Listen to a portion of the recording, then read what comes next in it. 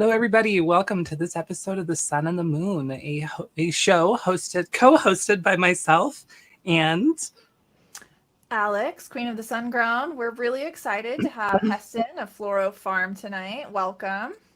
Hello. Cool hat. Thank you. It's handmade south of the border. I watched them do it. It was pretty mesmerizing to sit and see the process. So yeah, it's pretty freaking awesome. Handmade hat. Need to get me one of those. Definitely. So if you don't follow Heston, he's Floro Farms on Instagram. He does a lot of really awesome regenerative, do-it-yourself techniques. He uses JADAM and KNF and earthworm castings, and has a whole bunch of different kind of creative ideas about how to approach cultivating cannabis.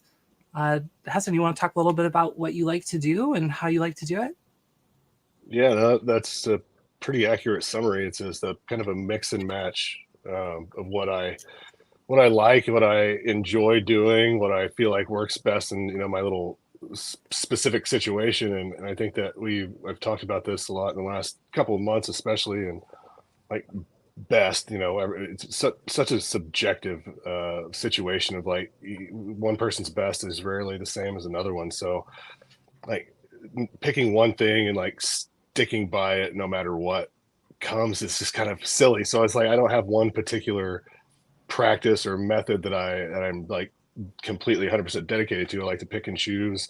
Like I said, it's no-till, but with some modern natural farming and JADAM preparations and some vermicomposting and whatever works. I hate it when people get so dialed in and specific and defensive about the certain meticulous way that they go about things, which I can totally understand. I do that myself sometimes, but I've been really trying to make a point of really step back and look at the way I approach things. I was, went through a phase I was pretty aggressive, and that's not a way to win anyone over. No one wants to hear that they're wrong and that their way is not as good and that they're doing it badly or poorly and it could be better. Just try to be positive. Tell people what you enjoy about what they're doing and what you think that maybe if they tried this, they might enjoy the outcome better, instead of telling them, hey, you're doing this wrong, and like you're whatever issue you have with their particular method of growing. And I really came to a head a while back, and we were talking about, I'm kind of doing a lot of, you said, preparations. I enjoy the process of doing ferments and the JADAM preparations. You get that mad scientist in the lab vibe with all of your potions, and you get to make all this stuff from scratch, and it's a very rewarding process just in itself. And not only is it beneficial for the environment, planet, people, but your plants appreciate the effort as well. So I had been doing some KNF preparations, and then I caught my sit at the store buying like these plastic bags of brown sugar. I'm like, well, what am I doing here? Even within the KNF community, there's people that are going to tell you you're doing it wrong, doing this wrong. And if you go to the store and buy a cart full of bananas that have been transported across the world for FPJ, is it better than buying a plastic bottle of synthetic fertilizer? Sure, but it's kind of also flying in the face of the principles of the natural farming, using what's close to you. And what do you have in your local environment that can be repurposed or sourced or foraged that you can make use of,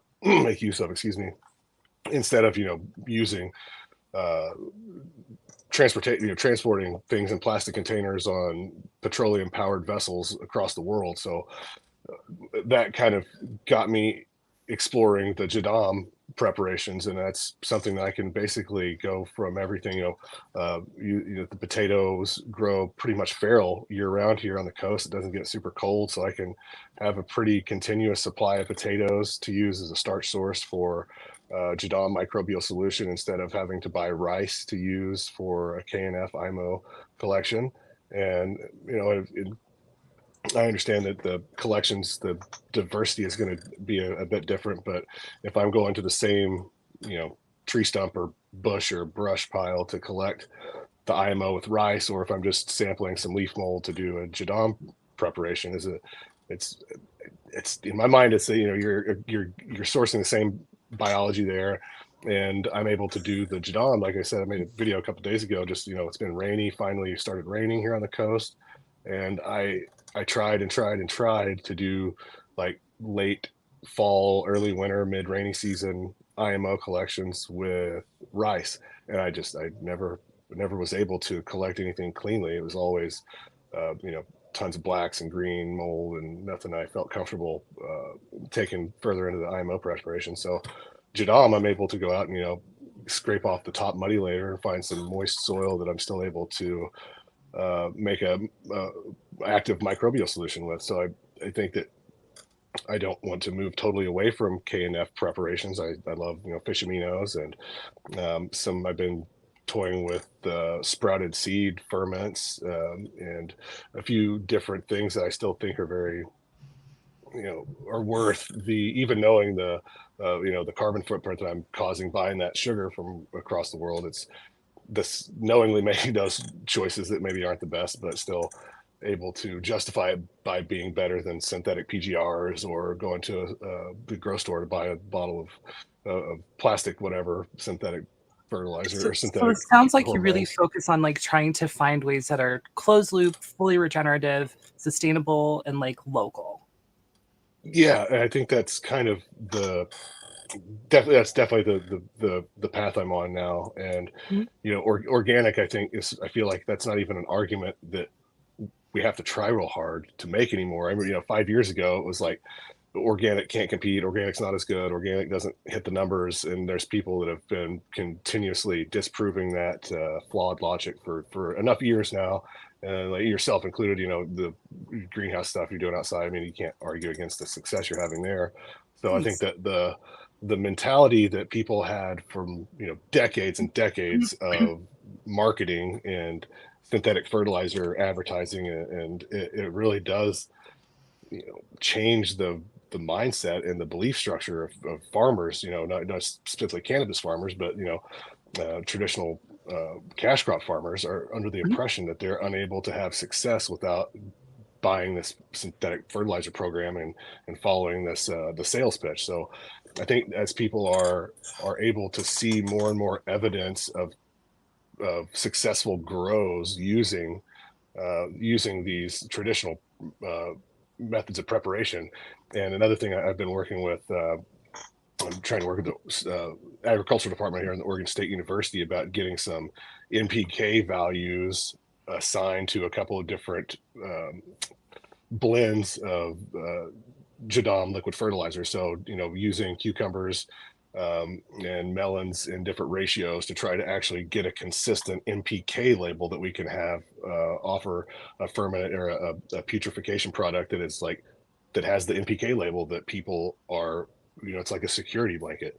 It's all fine in theory that, yeah, sure, these preparations you make work, you see the results, but there's no analytical data. There's no label on the NPK value. I think is what hangs a lot of people up. And I Mhm. was just earlier today talking to someone about this, and it's like you kind of explain the concept of adding dry amendments and front loading the work of a no-till bed, for instance, is like you're not really applying fertilizer on a weekly basis, but and people would tell in the process and be like, so you don't give the plants any fertilizer. That it's hard to make that connection between, well, fertilizer, yeah, the nutrients are there available in the soil, and the microbiology uh, cycles those and makes them plant available. It's so you don't have to continuously, weekly, daily do those feedings. So just Mhm. understanding that yeah, we do, organic growers do use fertilizer.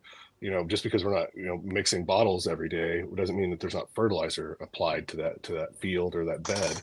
And Right. People so have a just kind of, funny idea of what fertilizer is, right? so yeah, and even like calling like a JMS solution a fertilizer, and people are like, well, what's the NPK value of it? So I think, and just like being able to have a bottle with like a microbial or a JADAM liquid fertilizer bottle with an NPK value on it would immediately change people's perception of what its Are potential you is. are you trying to market uh, JLF? Well, no, not necessarily market it, just to like as a proof of concept to Okay. show people like a baseline blend. That it does create nutrients. Here's what this nutrient profile is for and have basically the ingredient list of what I used in the 3 different preparations to show, you can add this, take away this, increase this ingredient to kind of fluctuate that NPK value depending on what stage of growth you are. So just as a baseline, observational data for someone who is very concerned about just the label, and how do you so what I'm hearing is like, so you started doing KNF stuff, it didn't feel right to you, you wanted to move on, you felt like JADAM was kind of more aligned with your principles and what you value and what you want to add to your garden. So are you not doing KNF at all anymore? No, so I do still like pick and choose. I just made a big 15 gallons of fish aminos. I used a bunch of brown sugar there, and I'm still doing some sprouted seed ferment. So I'm still using a few, I'm still using brown sugar to do some ferments here and there, but it's not specifically and strictly like I was. You just got out of the cult of KNF, and now you dabble with it a little bit. Yeah. I still go to a meeting every few weeks, but I'm not a weekly attendee anymore. Yeah. Yeah. Sorry, had to put some humor in there. No, it's fine, and it's definitely a good a cult. It's definitely an accurate description. I feel like that some of these groups do get a bad rap because some people are, vehement about not using. And so that's the other thing. So the KNF, it's like you don't just get to use a ferment of this and a ferment of that. You're supposed to use a specific ratio with the OHN and vinegar and other preparations in conjunction with the fermented plant juice or fruit juice. And people want to do ferments and make ferments of everything they can get their hands on and just kind of add it, which is again, is it bad? No, I don't think it is bad. It's if anything, keeping the grower engaged and interested and learning something new about whatever process of the plant they're involved in at that time, I think is awesome. But yeah, I think that cult, and then people want to totally just destroy you if you're not by the KNF book, which is it's kind of hard to read through. I don't know if you've read the. That's not realistic for sustainable practices of your life. Sustainability isn't about just making everything yourself. That's not sustainability. Sustainability is improving your community, improving yourself, improving the planet. It's like there's multi-facets and pillars to sustainability. And so getting so focused on just the practice itself, it's counterintuitive of what it's supposed to be doing. I mean, think about where KNF is founded, right? Korean natural farming. All of these things were readily available, right there. It's supposed to be cheap and affordable. And right. I laugh when I see that, having to buy, you're saying, a cart full of bananas. Literally, you're gonna buy a cart full of bananas to make fertilizer when you could possibly, you could just buy down to earth fertilizer, like you're saying, dry amendments in the beginning, do some sprouted CTs and enzymes to help break down and learn what's going on without having to actually go down the strict KNF cult. Definitely. We're going to piss some people off talking like this, but 100%. Whatever. But I mean, I was big into KNF. I don't use KNF at all really anymore. I'll use OHN sometimes, but I've stopped using most KNF inputs. I feel like a lot of it is kind of redundant and fully built living where we balance the minerals and everything to the minutia with based on cation exchange capacity and whatnot. There's no, it feels redundant. I think that it has its applications in a field and doing IMO 1 through 5 has its applications for bioremediating field and soil. But when it comes to living soil applications, I feel like it's kind of redundant. I have plenty of biology, bacteria, protozoa, a full functioning soil food web in my bed. I don't need to be continually adding IMO or continually adding a glucose source and osmotic extraction of plant inputs. If I want those compounds from the plant, I just blend them and strain them. So I've moved away from KNF completely. But I think it's a great way to kind of get your feet wet and step into the making things and getting interested in regenerative cultivation approaches and stuff. But yeah, I personally do not do it anymore. Yeah, well, you hit spot on there. That's all the, the jaggery and rice. That's in the backyard. There's no transportation involved. They can get it in bulk for very, very, very, very cheap and make those Mhm. preparations. Just like you said, for row crops, that's for acreage. Those preparations, and I love. Also, I love the JADAM for huge field preps because of just the very cheap inputs. That's the time for preparation is definitely much longer than KNF, but yeah, no, and I think if it's like a was it a gateway practice to living soil, whatever, so I think Yeah, it's 100%. it's a good first step. But then, like I said, once I started seeing, like, going to the store to buy bananas was like the light bulb. I was like, this is like antithetical to the whole philosophy of Korean natural farming. I mean, if I'm spending $20 on bananas, I can go spend $20 on, an actual potassium source. I can go get some like potassium sulfate or something and Well, make and a that's the lot thing. It's easier like, on myself. yeah, look at how many foods that you can grow, like in the Northwest specifically, that have like so much more potassium than a banana does. And I don't know how Right. the marketing team at Chiquita's got that potassium deal nailed down, but it's like, Yeah, really. like cucumbers, potatoes, like, gourds, like everything has more potassium than bananas almost. Seems like, No, it's true. No, you're 100% right. Yeah. And so saying that the same on, or the opposite side of that same coin, I guess, is like all like banana peels or veggie snacks that the kids don't eat that aren't like disgusting and ruined. I'll certainly utilize those and like compost or feed them to the worms or something. So I don't mind using store-bought stuff in those situations. But going out and buying all that stuff is, yeah, it's better It's than Miracle Grow, counterproductive. sure, but Yeah, yeah. definitely. But it's counterproductive for sure. Yeah. And I mean, go ahead, Alex. I was gonna say, you are making some ferments though with apples. I saw. You have an apple tree though. Is that correct? Or how are you making that apple ferment? No, I don't. That wasn't me doing an apple. I had just a few random ones, but I didn't do. Maybe a long time ago, I did. A couple of years, I did just a straight apple and brown sugar ferment, but I haven't done one this year. Okay, all right. I thought that you were doing that for jasmonic acid.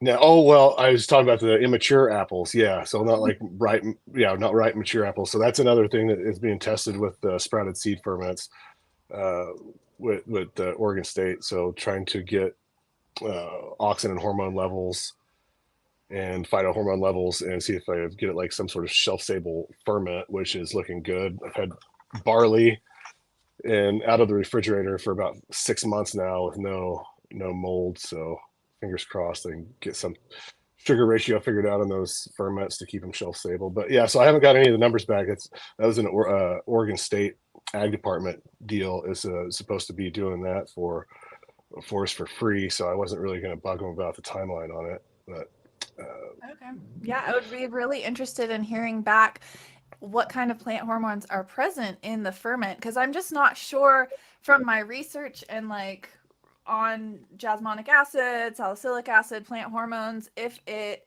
is like how well it's preserved in a ferment. You know what I mean? exactly, Like we yeah. think that we're doing these things because there's high levels of it, but is it actually pulling through after going through that fermentation process? So you had mentioned that. I would love, as soon as you get those results, let me know. Yeah, definitely. And it's the same thing for like the barley and alfalfa sprouted seed ferments.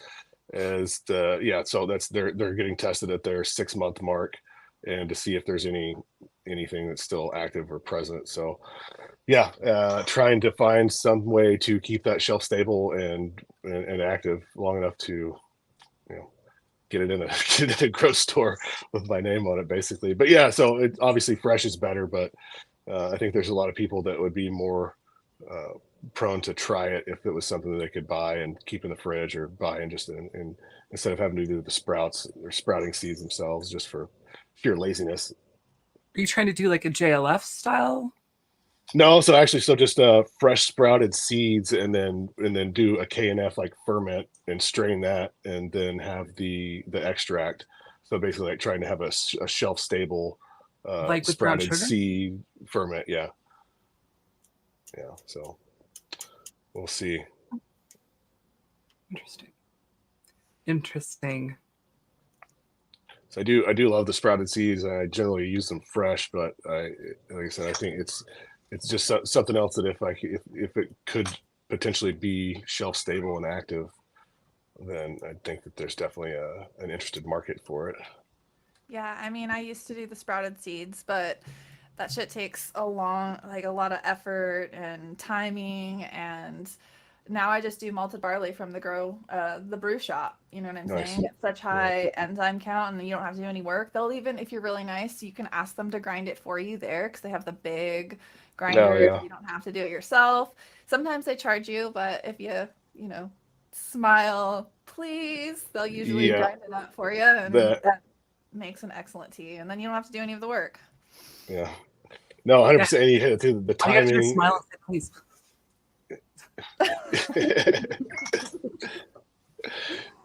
That's how I get Sorry, things. what were you gonna say? No, just that's the interest in just the timing, and it's kind of a process and rinsing and keeping them clean to sprout and get a clean sprouted seed preparation.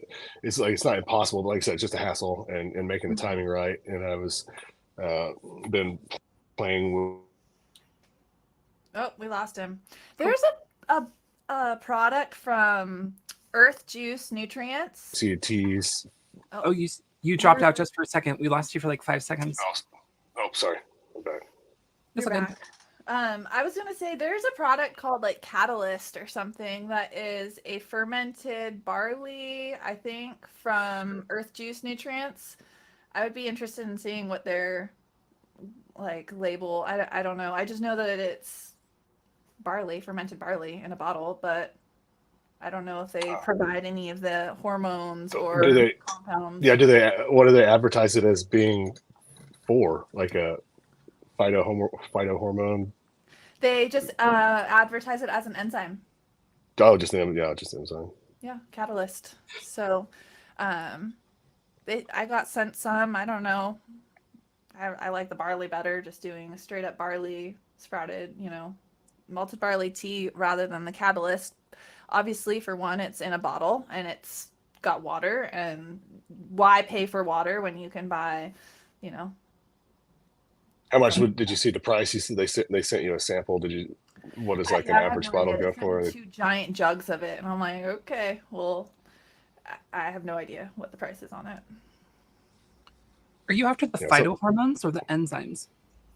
The phytohormones specifically, yeah. So the enzymes added bonus, but the phytohormones would be like that's the angle that we're kind of approaching it from. Is like a synthetic PGR replacement. So how, I just want to get your opinion on this. So how different species of bacteria, just microbes in general, will secrete phytohormones in a usable form that can be used by the plant, but also organic acids, when introduced to different species of biology, will change the chemical composition and turn it into something else. Do you think that it's feasible that our phytohormones that we're taking from plant inputs, when introduced to a big diversity of biology that changes its composition, is viable for the root? Or do you think that it's possible that an organic acid profile is being introduced to biology that's then turning it into a usable phytohormone? So I guess what I'm asking is, because I'm really skeptical of the phytohormone thing, and I'm wondering if it's more about the organic acids being converted into phytohormones by biology, or if it's the phytohormones in the plant input that is immediately being used by the plant, because biology changes organic acids so quickly. Yeah, definitely. That's a great question. I don't even know where to begin on the soil. So for like a foliar application, that's not an issue. But like you said, you're doing a soil drench. That's definitely going to become an issue because, like you said, that happens rather quickly. Mm-hmm. And so I do both though, and quite honestly, I've never even considered that being converted in the soil drench applications. But that's a valid concern for sure. I think that it's definitely in the realm of possibilities. Yeah. So I'm wondering, like, because I've thought of before, tailoring a product that has a very specific organic acid profile in combination with very specific species of bacteria that we know have a relationship that convert it into a specific phytohormone. So yeah, like apply the precursors basically and let it be converted at the root zone instead of applying Right. the phytohormone and having the chance of it being broken down or converted when Totally. it's in that root zone. Yeah. Yeah, because you know, like I use premature apples. I used it in my fermented plant extract. You know, hoping that I was going to get jasmonic acid, right? But I just don't know if the lactobacillus is going to consume it and change its structure. It could stabilize it. It could completely destroy it, or it could turn it into something else. And I just don't know. And so we hear a lot of these talks surrounding like phytohormones and using phytohormones from plants, and we see a response given to our plants. It's observable. You know, we've all seen it. But we don't know if it's really the phytohormone that people say that it is. Like, we know that the phytohormone is here, but whether or not it's actually being used, like, I feel like we may not know. It's just kind of interesting to think about. And I'm really stoked that you're doing actual like laboratory testing and getting the University of Oregon to help figure this out. Because it's a question that like we don't really know the answer to, you know. There's so many variables. It sounds like someone's like or paper. Someone write a paper on that and just lasted for their master's program. But that's a seriously. That's an awesome I wrote an topic. article on plant hormones, specifically on jasminates, like 6 months ago. And in my research, just trying to pull white papers on how scientists were able to isolate like methyl jasmonate and influence jasmonic acid levels in plants. So basically, they put like a tomato plant in a sealed room and then introduce ethanol extraction of methyl jasmonate from sagebrush leaves, and then they're able to find and correlate the level of the jasmonic acid produced within the plant actually increases from exogenous application of it from another plant. And so there's a lot of research done on like arbuscular mycorrhizal fungi increasing jasmonic acid levels, exogenous application, and just but it's not, I didn't see anything on that angle of like being able to ferment and being able to introduce it in that way, because I mean there's just so much biology, so many things going on. You'd have to put in a lot of freaking work, you know what I mean, to like know what's happening. And so one of the things is, you know, one of the rabbit holes that I've gone down kind of surrounding phytohormones and extraction, specifically with KNF stuff, because in the KNF community, there's a lot of talk of FPJ and FFJ being used to extract phytohormones. And so I did research on, you know, the process of FPJ, the fermented plant juice, which really isn't a ferment at all. It's a osmotic extraction with a high osmotic pressure input like brown sugar that's using that osmotic pressure to pull juices out. And doing research on phytohormone extraction, osmotic extraction is not practiced in any phytohormone extraction or organic acid extraction at all. It's considered like super rudimentary. It's used for very specific things, and extracting organic acids and phytohormones is not one of them. And like Alex just said, phytohormone extraction is usually done with solvents. So something else to think about too. Although what I did find is that people have success doing phytohormone extraction or organic acid extraction with solutions that are really low pH, like 3.2 to 3.5, which is why I've kind of leaned more towards like fermented plant extracts, because the pH is really low. And also one of the reasons why I added vinegar to my fermentation to drop the pH really quickly, to like kind of kickstart the biological processes that are acidophile, lactobacillus is acidophile, and then have that low pH kind of help do the organic acid phytohormone extraction. However, I still don't know if the lactobacillus is destroying it or stabilizing it or changing the structure of it. But something just to think about. Yeah, definitely. And like there's not very many like lab tests of KNF preparations, like period. There's not much information out there that you know have been analyzed to see what they actually contain. You know, it's one of those things like, well, it's worked well for 2,000 years, so obviously there's something to it, which I don't argue Sure. against, right? I mean, they've been living successfully off of it for a long while, but it would be interesting to see some actual studies done to see what is being removed. Like you said, it's just, you're drawing the plant juices through the cell membrane, so you're not actually taking any of those the solids or the plant juices that come out. The plant juice is all what you read about. So I'd love to see an actual analytical study done on some sort of a few different varieties of preparations. Yeah, definitely. A whole bunch of different things. I know that Steve Reisner, he did some testing on fermented plant juices, and he has the results on his website. The Growing with Fishes podcast, Potentonics. I forget what his website. What's his name? Steve what? Steve Reisner. Potentonics, Growing with Fishes. Good stuff listed from his. Oh, it's potentonics.com. That is the one thing I've been missing for my indoor is fish. I do love to incorporate aquaculture. Aquaponics. I like aquaculture is cool. You can get really, really cool bacteria, like the nitrogen, the nitrobacter, and the nitrosomonas, or I forget what it is. But yeah, there's like nitrogen bacteria, good nitrogen bacteria in aquaponics. It's hard to get in soil.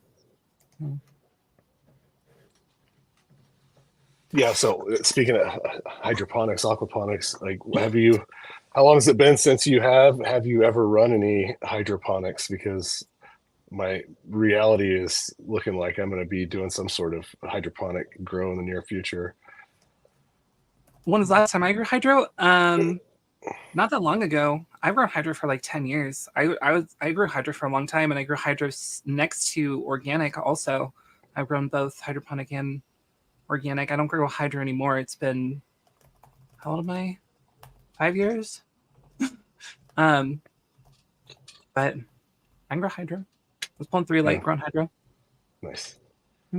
I have not touched any kind of hydroponics in a long, long time. And just for starting kind of experimenting with some the breeding stuff, I'd like to be able to do specific stress tests. And that looks like it's not realistic in large volumes of soil to drop the pH way low for 5 or 6 days, and then bring it back up. And so I think just for practicality wise, I might get a little, like, I don't know, 8 or 10 sites, something, and play with hydroponics again. Yeah. Do you know how to crop steer? No, it's been before crop steering since I run any hydro, so it'll be a whole new. And it's like, I don't know. I wouldn't want to. I'd like to go like cocoa or Pro Mix or something, not straight buckets of water. Right. That's Yeah, very really intimidating to me for some time. Yeah. No. Yeah. It's all dripping bags. I also don't want to buy a bunch of like Rockwool cubes. So it's like makes gross. me feel dirty just thinking about it. Gross. Yeah. It's like, it's gross stuff. That. Yeah. I don't know. Stuff, I don't know. Like Pro Mix or cocoa, something, at least it's brown. I can like feel easier somewhat comfort. Yeah. It's like, but yeah, just realistically, I mean, just to do stress tests and stuff, I think I don't really have much way around it. Yeah. I won't judge you too much. Sorry. I appreciate it. It'll be in the closet. It'll be in the shame closet. I'll never put pictures. The shame closet. Yeah. Don't put it on Instagram. I have to turn my air conditioner on. I'm like burning up. Hold on a second. It is. It's like random. Where are you in Washington? You're in the Pacific Northwest. Washington. Yeah. Is it? Mm-hmm. Has it been? You're on Oregon coast, right? Sunny. Yeah, like central Oregon coast, like basically due west of Salem, and it's been just like an unseasonably warm week all week. It's been sunny and like in the mid 70s. It's crazy.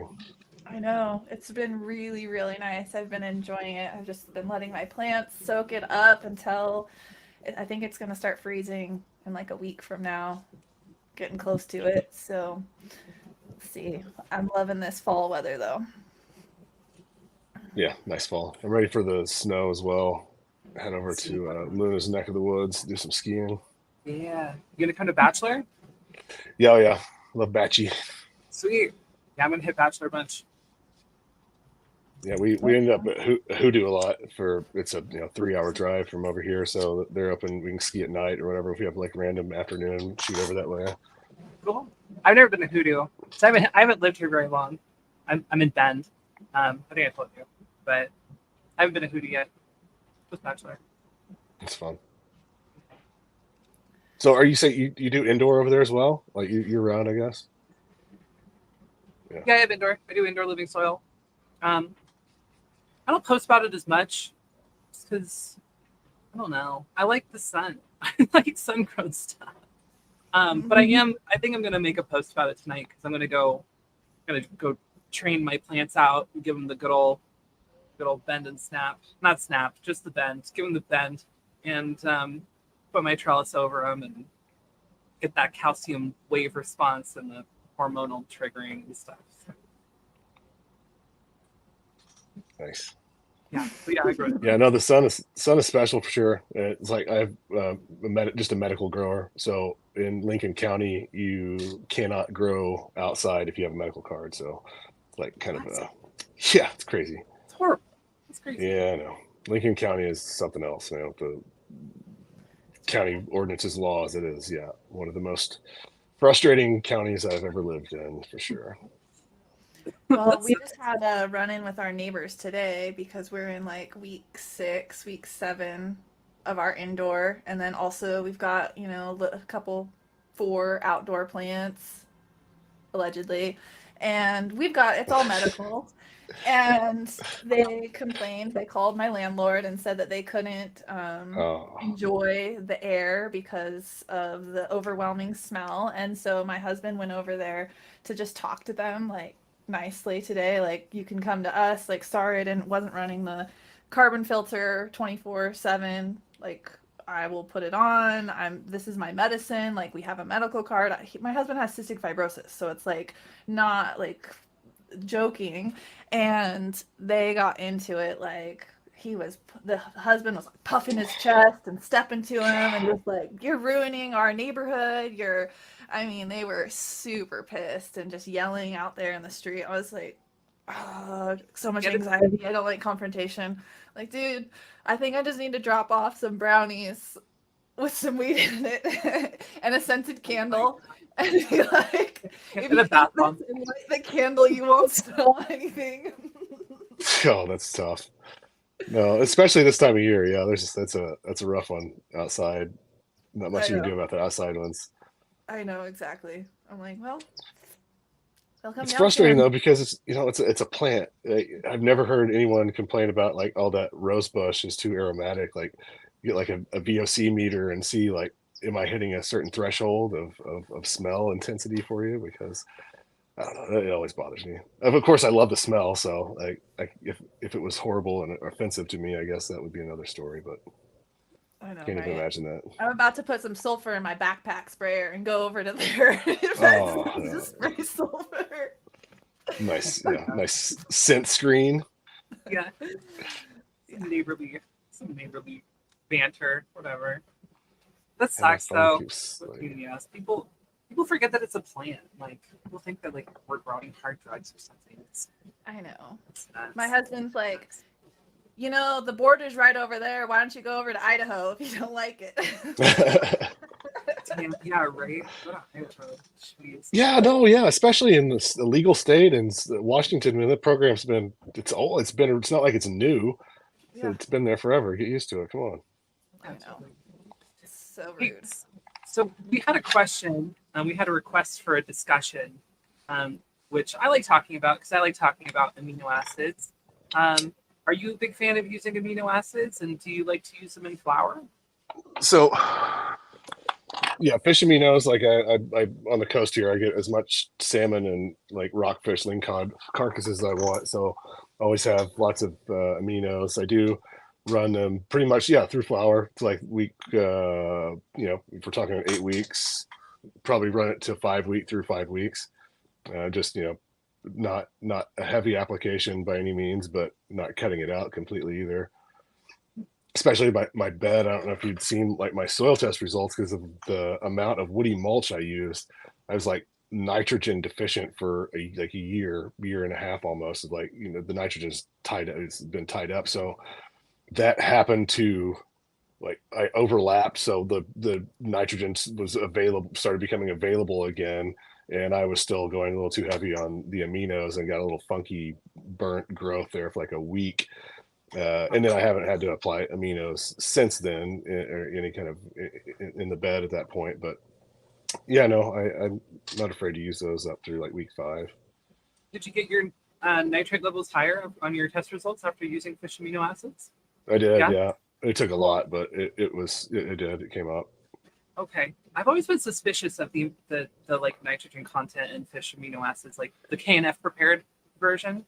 Yeah, yeah. Just brown sugar, and yeah, I threw a chunk of pineapple in with it this time, and it really changed the texture of it. It was like so it broke down the fish material much finer than with just a brown sugar. There was lots of chunks still, so I could definitely feel that.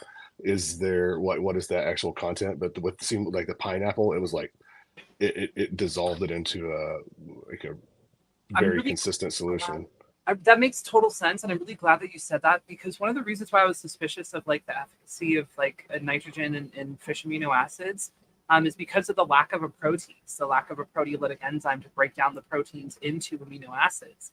And like lactobacillus can, it does secrete proteins, but there isn't added lactobacillus to a fish amino acid. We're kind of just hoping that it shows up. So I was always kind of like, how are we breaking down the proteins into amino acids without a protease? So that's really awesome that you added pineapple, which has bromelain, which is a protease, a proteolytic enzyme, and that makes perfect sense. So that's really awesome. I'm glad that you decided to stray away from the KNF dogma and see what makes sense. And that was like the time frame also.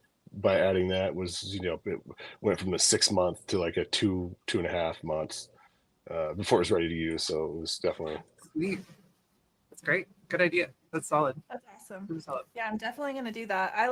I'm not a KNFer at all. I make the fish aminos because I fish a lot. And so I'm just closed loop. Whatever I can make my own of, I'm going to do that. I don't, prescribe or whatever, but I have been doing the fish aminos, and that is amazing. The bromelain for the protein enzyme, it's like totally makes sense, because this is nasty stuff. It's not broken down. It's been in there for a while. I mean, not even 6 months yet, probably 2.5 months, but it's still pretty chunky. Yeah.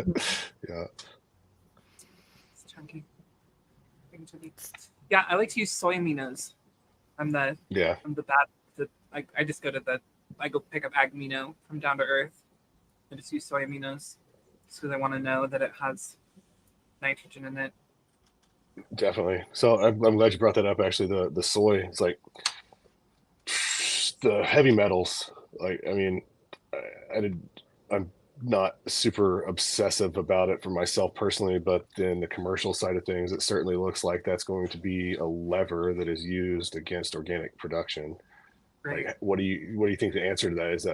Like soy, the soy like seems to be like BioAg uses a lot of soy. I think Organics Alive, they're the new the dry stuff. I think that's all soy based, if I'm not mistaken. Sugar based.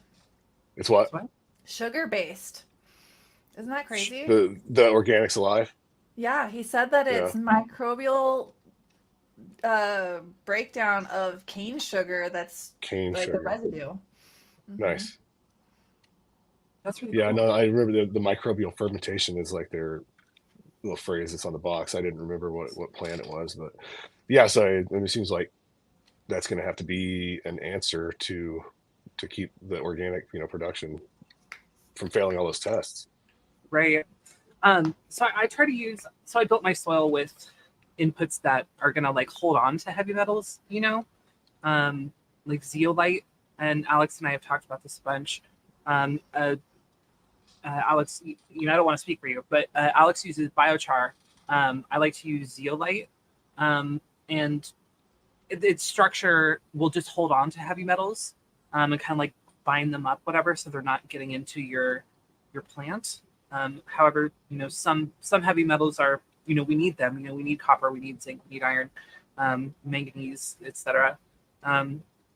So it's kind of a tough question, but my way of going about it is use inputs that are gonna, kind of hold on to heavy metals, so you're not having toxic amounts being taken into your plant.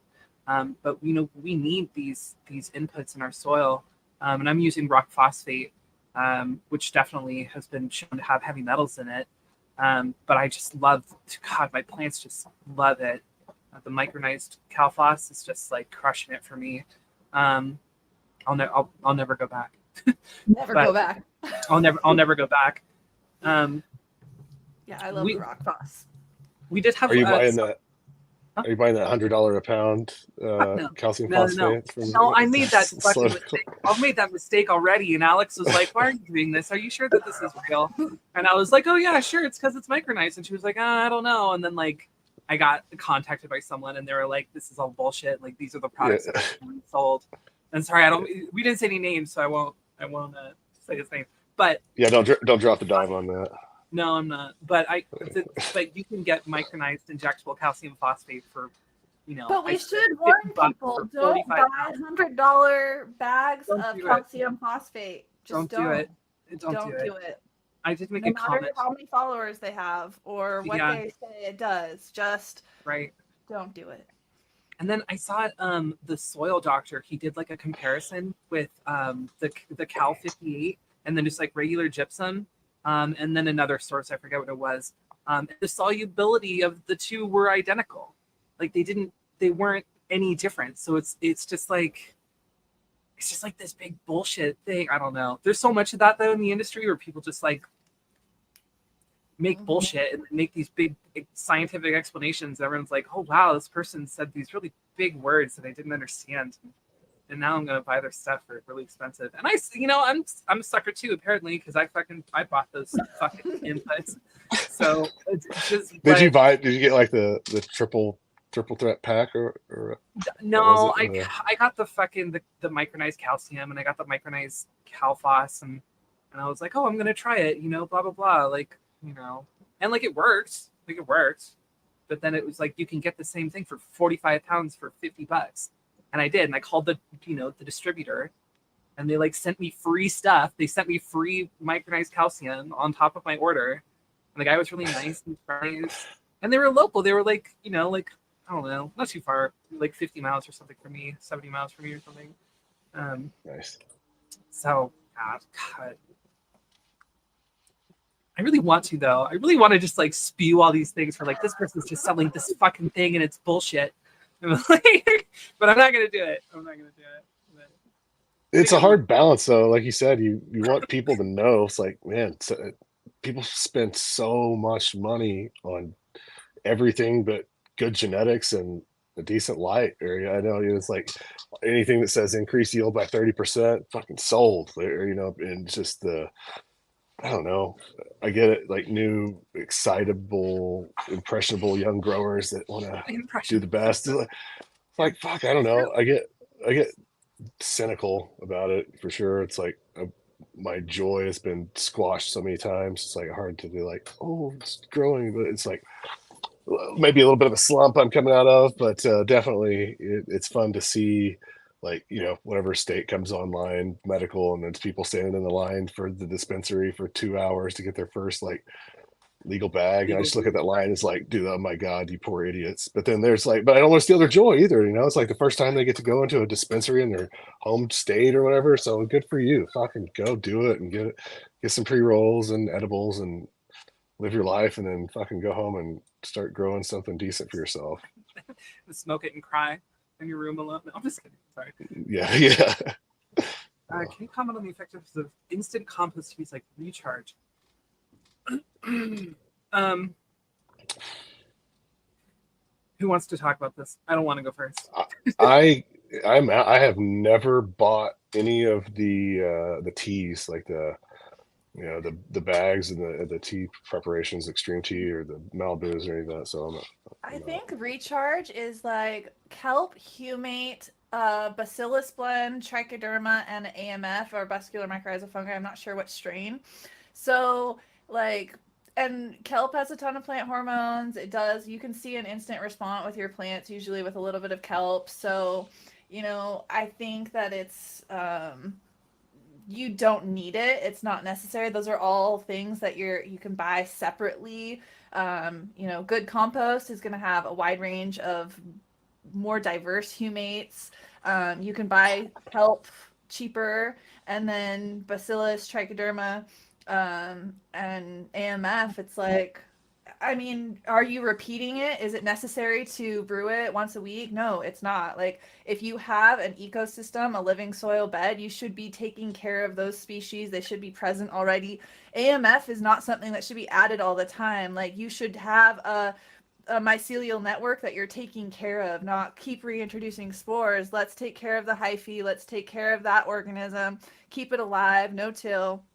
So, you know, maybe if you're starting out inside with inert like ingredients that you don't have biology and that's what you have available, sure, okay. I think the Boogie Brew specifically is compost, vermicompost. So that's going to be a lot more diversity than just like the single source inputs of recharge. But again, it's like up to you whether, like, if you don't have the time to make a worm bin, which you should. I'm going to make a video about this. This is so easy, you guys. Literally drill a hole into a bin, put some paper towel or newspaper, shred it up, mist it, throw some red wigglers in there. You can divert 40% of the landfill by composting at home. Red wigglers will eat 1 pound of food per week per square foot. It's an amazing, easy, non-smelling. Everyone should have worms. So I love Josh from Boogie Brews. He's a great guy. If you don't want to have worms, some people don't like them. Sure, support a company like that. Like Dude Grows is the one who owns Recharge. He's a funny guy. You know, if you want to support them because you believe in them and you want to support a business, sure. But like you know, it's gonna do something for your plants. But can you do it in other ways for cheaper? Yes. That's my spiel. That's what I was gonna say. You did it so well. Yeah, well, it's like the law of diminishing returns, right? In a living soil bed, you hit it right on the head. It's like you should not have to continuously add like microbiology to your soil. It should be like a thriving ecosystem that's a water only situation. Mm-hmm. You know, so it's like you can add compost tea once a week, twice a week even, but at what point is that diminishing returns on that? It's like it's already there. You compost and worm castings, worms in the bed already, so it's also already continuously being reintroduced. Yeah, 100%. And you know, like the rhizophagy cycle and how it functions with, you know, root exudates feeding very specific profiles of bacteria biology that break down specific nutrient compounds to make them readily available. I wonder if continually adding compost teas and bacteria as inoculant sources interrupts the rhizophagy cycle so that the plants aren't able to break down the compounds desired at whatever phase through the root exudates. Like overusing it is actually going to be stunting your plant. Like we need to introduce biology when it's needed, but once it's there, there's no point in adding it anymore. Yeah, you're messing with the hierarchy of the living soil food web. You're just introducing opportunistic species, really, that are the boom and bust of that cycle. Like, especially teas, where you're aerating them, you're getting a less diversity. The longer you aerate it, the less diversity is going to be there, and the more concentrated of particular species. And then those species, you're bringing in a huge numbers. And then what is that doing to your flowing living soil ecosystem that is processing, cycling nutrients? It's like, why do you want to mess with it? I don't do any really, unless I have outdoor, like maybe there's some botrytis or PM or some kind of fungal pathogen, like, because sometimes my cover crops, buckwheat will get the botrytis.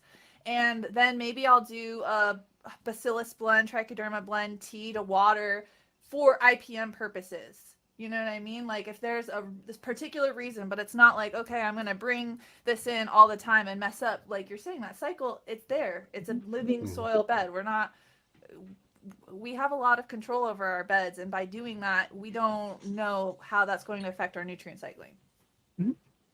Yeah, teas, I'm kind of like known for teas, but teas like are not the same media that soil is, you know, and like Alex said, you're not going to have you're going to lose diversity over time, but you're not going to have the same conditions in soil that you're going to have in a water solution. So we're like multiplying our inoculants in these water solutions, but the conditions are very different than what they would be in the soil. The soil has a massive diversity of compounds, profiles of amino acids and enzymes and carbohydrates and nutrients, all of which play into the diversity of biology that's going to be able to multiply and exist in that soil bed, which is not mimicable inside a vessel of water.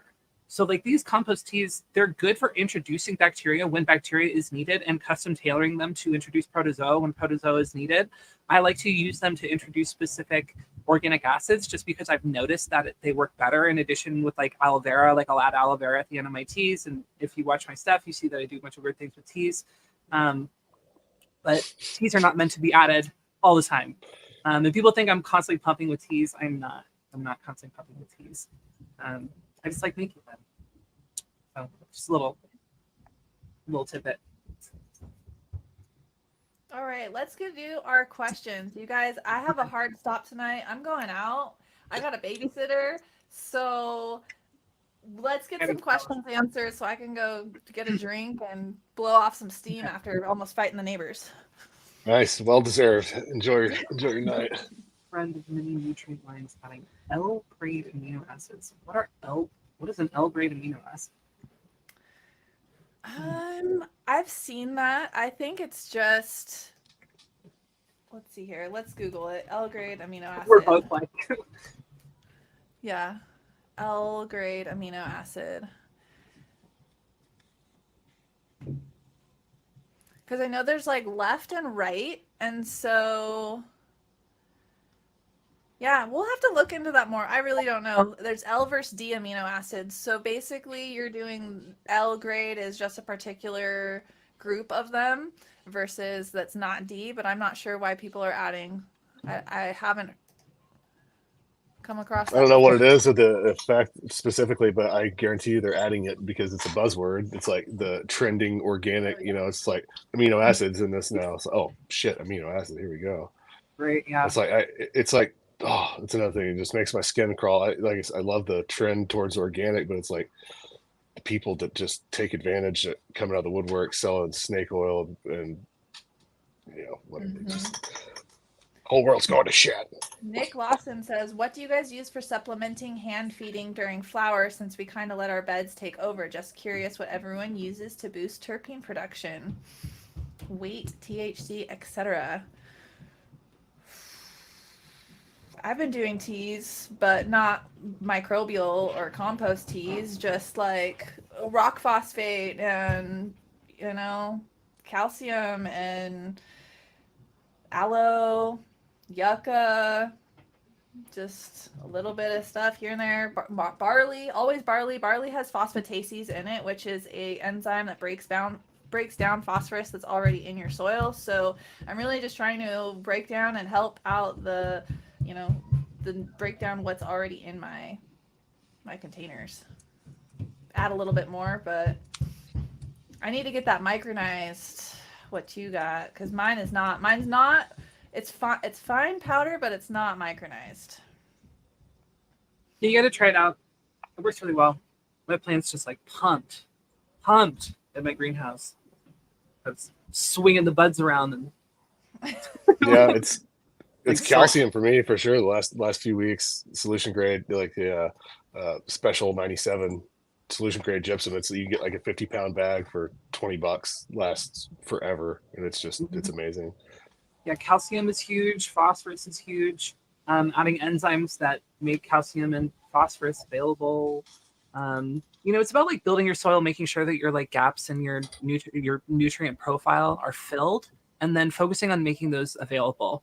And if you don't have a particular nutrient available, then you can add it. For example, I was lacking on my phosphorus, and so I added micronized calcium phosphate. And I immediately got that available on my plants, and they just fucking loved it. So it's really about identifying what you're missing in your soil, do a soil test, see what you need, and then you can add it in an available form, or you can add it and then add something that helps make it available, like an enzyme or fulvic acid is great too. added fulvic acid with my calcium phosphate. Yeah, make sure that your biology is on point, that your nutrient cycling is functioning. You have a complete soil food web. Sometimes I like to do a little bit of insect frass just to trick my plants into thinking that they're getting attacked, because that naturally boosts jasmonic acid, which is a precursor for so many secondary metabolites. So if you want your plants to produce more jasmonic acid, which will then increase methyl jasmonate, which will then increase other volatile organic compounds, which are terpenes included in there, you can trick them with a little bit of chitin from that insect frass, and boom, you're getting a little bit of more terps. Or you could do what I did, let pill bugs actually just girdle your plants to bejesus and actually let them attack your plants for that authentic experience. Yeah, no. The real thing. All over your weed. Is that all the questions? There's a few more, but Alex, and she's got a date tonight, and I'm not interrupting that. Okay, I'm sorry. Okay. Thanks, guys. So with that, guys, the questions that were there, come back next week and ask them then. Anyway, guys, other than that, peace out. We'll see you guys on Monday.